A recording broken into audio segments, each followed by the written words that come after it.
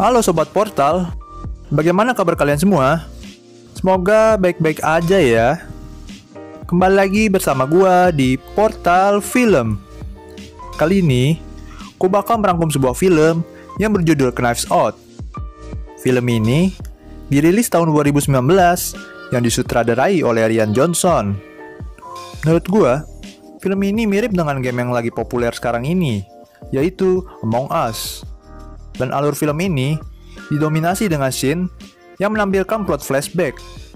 Sebelum dimulai, gue mau ingetin ke kalian buat subscribe channel ini supaya gue makin semangat untuk mengupload video. Dan sekali lagi, gue ingatkan ke kalian kalau video ini mengandung unsur spoiler. Jadi, gue nggak akan bertanggung jawab kalau kalian merasa dirugikan. Oke, kalau gitu, langsung aja kita menuju ke alur ceritanya.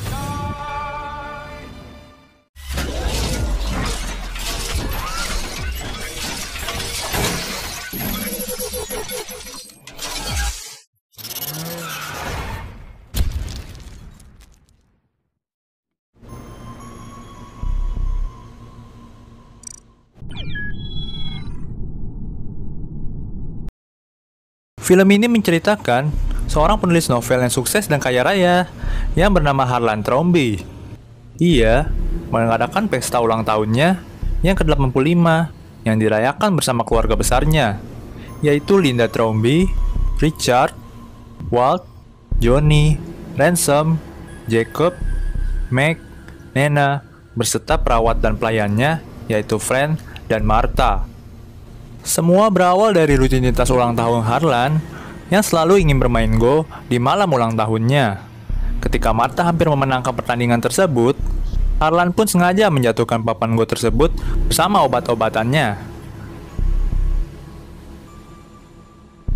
Permainan pun berakhir dan dilanjutkan dengan Martha menyuntikkan obat-obatan biasa. Untuk menghilangkan rasa sakit Harlan usai operasi, ia pun memberikan morfin dengan dosis 3 mg. Ketika ia mengecek botol morfin, ia pun terkejut mendapati botol tersebut kosong karena tertukar dengan obat lain. Panik karena dosis tersebut mematikan, ia pun segera mencari penawar, namun tidak dapat menemukannya. Punya waktu hanya 10 menit, Martha pun mencoba menelpon ambulan. Namun, dihentikan oleh Harlan karena waktunya tidak akan cukup.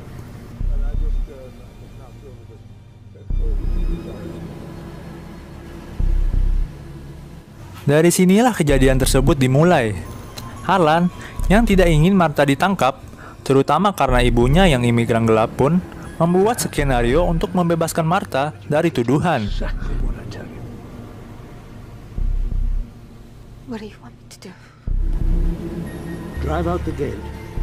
Ia pun memberitahu langkah demi langkah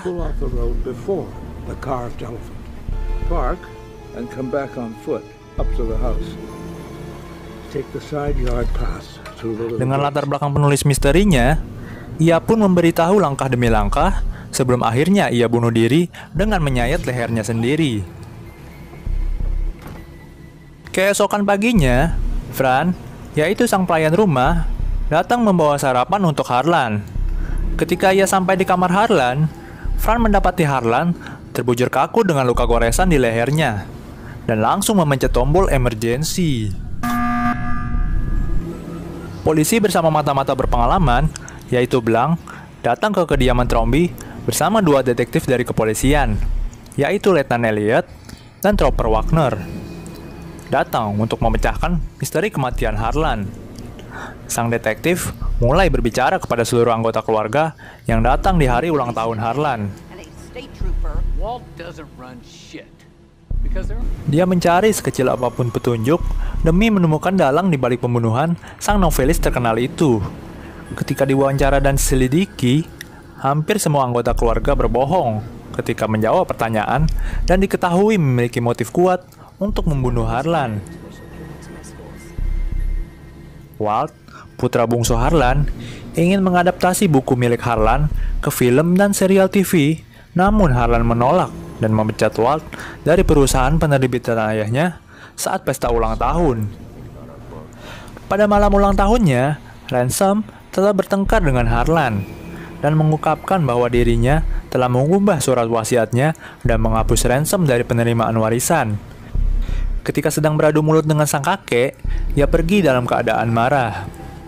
Richard, menantu Harlan, diketahui telah mengkhianati istrinya Linda, yaitu putri Harlan, dengan Harlan mengancam akan mengeksposnya. Richard diketahui beradu mulut dengannya di pagi hari karena ketahuan memiliki simpanan. Johnny, menantu perempuan Harlan, dan istri dari putra almarhum Neil, ternyata melipat gandakan dana sekolah Meg dan menyebabkan dananya dihentikan oleh Harlan karena diekspos olehnya setelah dia mencuri $400 darinya dengan mencari cek duplikat yang ditujukan untuk putrinya Meghan ke rekening bank swasta. Detektif Elliot yang datang untuk mengolah tempat terjadinya perkara meyakini bahwa Harlan tidak dibunuh, melainkan membunuh dirinya sendiri. Salah satu alasannya karena semua anggota keluarga Harlan memiliki alibi yang kuat, walaupun mereka semua juga memiliki motif untuk membunuh Harlan. Bertentangan dengan Elliot, detektif Benoit Blanc meyakini sebaliknya. Menurut Blanc, Harlan dibunuh oleh seseorang dan ia mencurigai pelakunya adalah orang-orang terdekat Harlan, tak terkecuali Fran dan Martha. Tiba saatnya, hari pengumuman wasiat dibacakan. Semua keluarga Harlan berkumpul dan mendengarkan isi wasiat tersebut. Diberitahukan pada seluruh keluarganya bahwa Harlan mengubah isi wasiat seminggu sebelum ia meninggal, dan ia menyegelnya.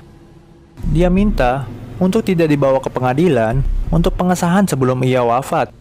Aset Harlan termasuk rumah miliknya, $60 juta dalam berbagai rekening dan investasi, serta kepemilikan penerbit dari Blood Like White.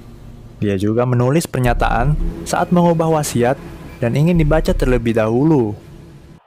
Isi pernyataan tersebut yaitu, Linda, Walter, dan Johnny tersayang, kalian mungkin akan terkejut atas perubahan yang kubuat.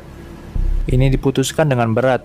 Tujuannya bukan untuk membuat perselisihan keluarga, justru sebaliknya. Terimalah dengan lapang dan tanpa ada kebencian, karena ini yang terbaik.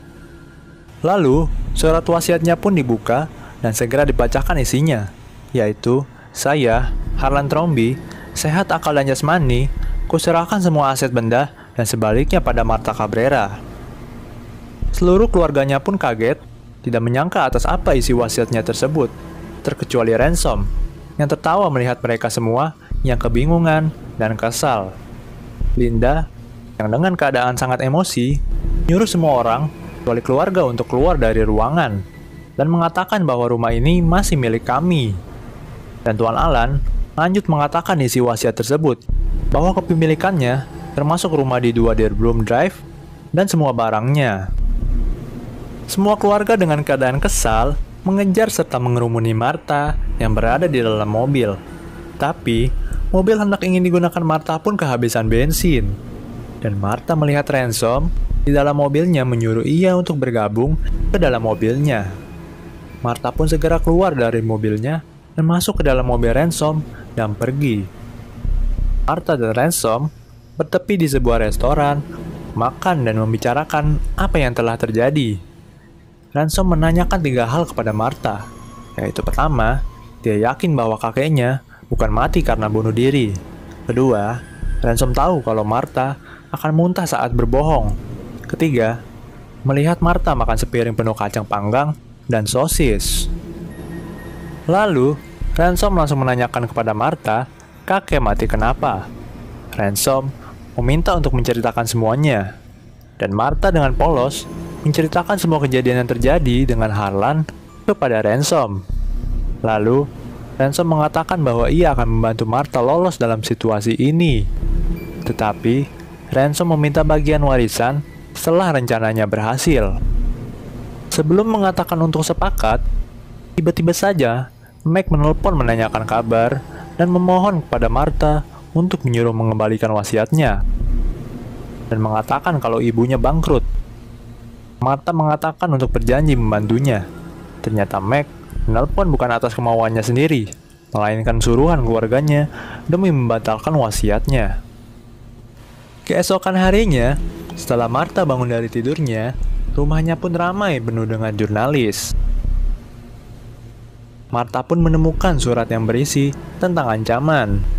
Lalu, Martha memberitahukan surat tersebut pada Ransom, dan mereka segera mendatangi ke tempat bukti aktualnya, yaitu di lab.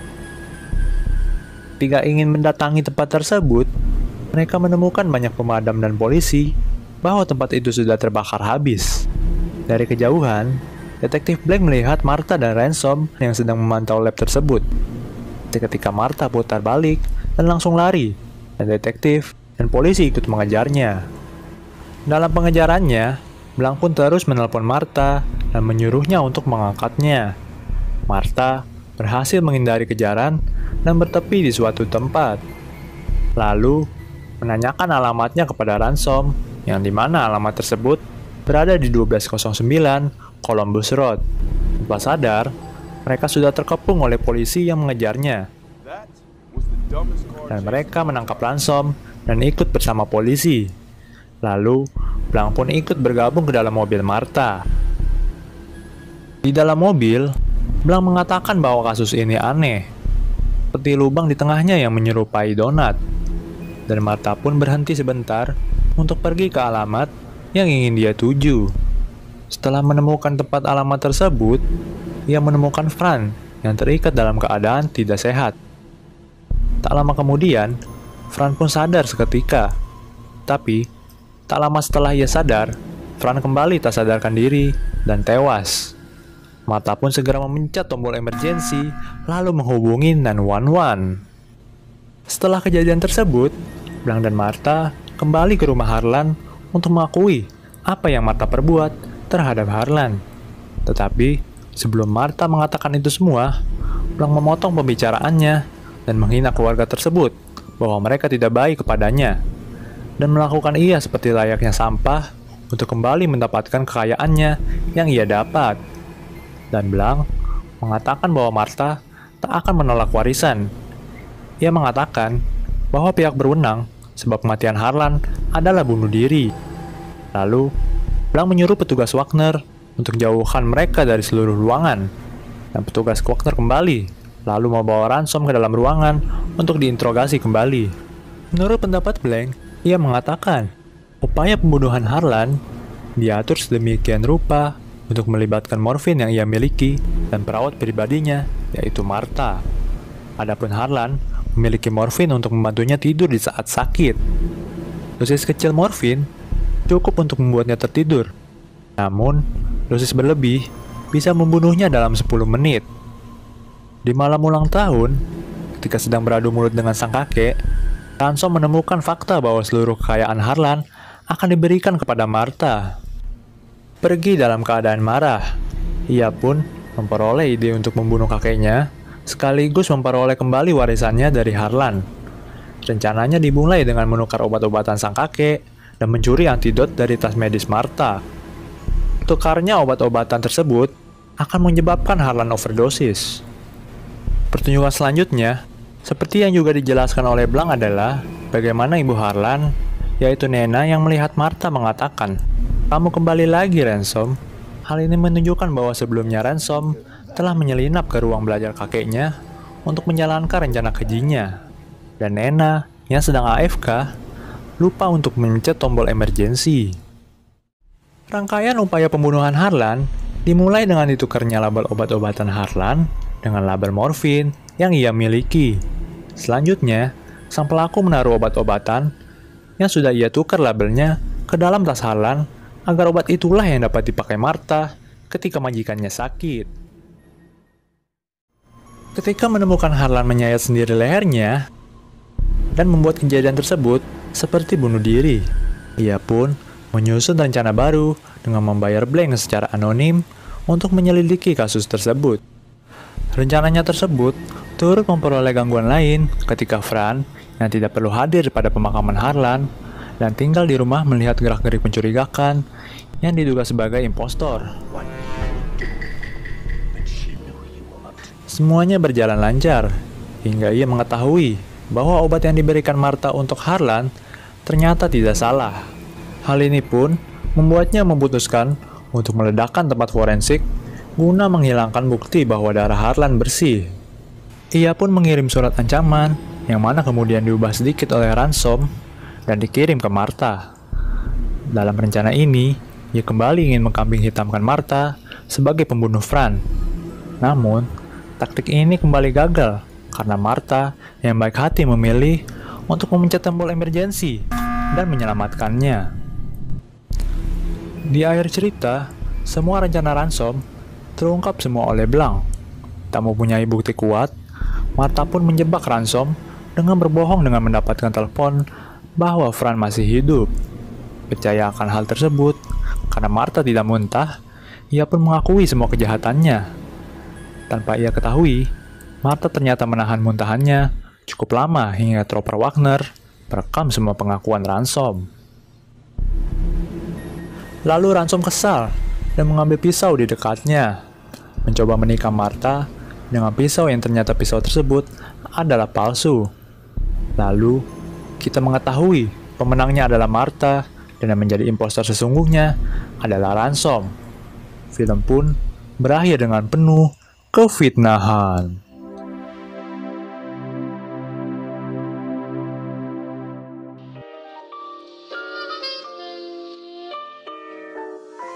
Kesimpulan dari film ini adalah, barang siapa yang menyalakan api fitnah, maka dia sendiri yang akan menjadi bahan bakarnya. Karena balas dendam terbaik adalah menjadikan dirimu lebih baik, tidak seperti menjadi impostor. Mungkin sampai di sini aja review dan pembahasan film Knives Out 2019. Apabila kalian terhibur dengan konten kami, jangan lupa di like, comment, share, dan subscribe.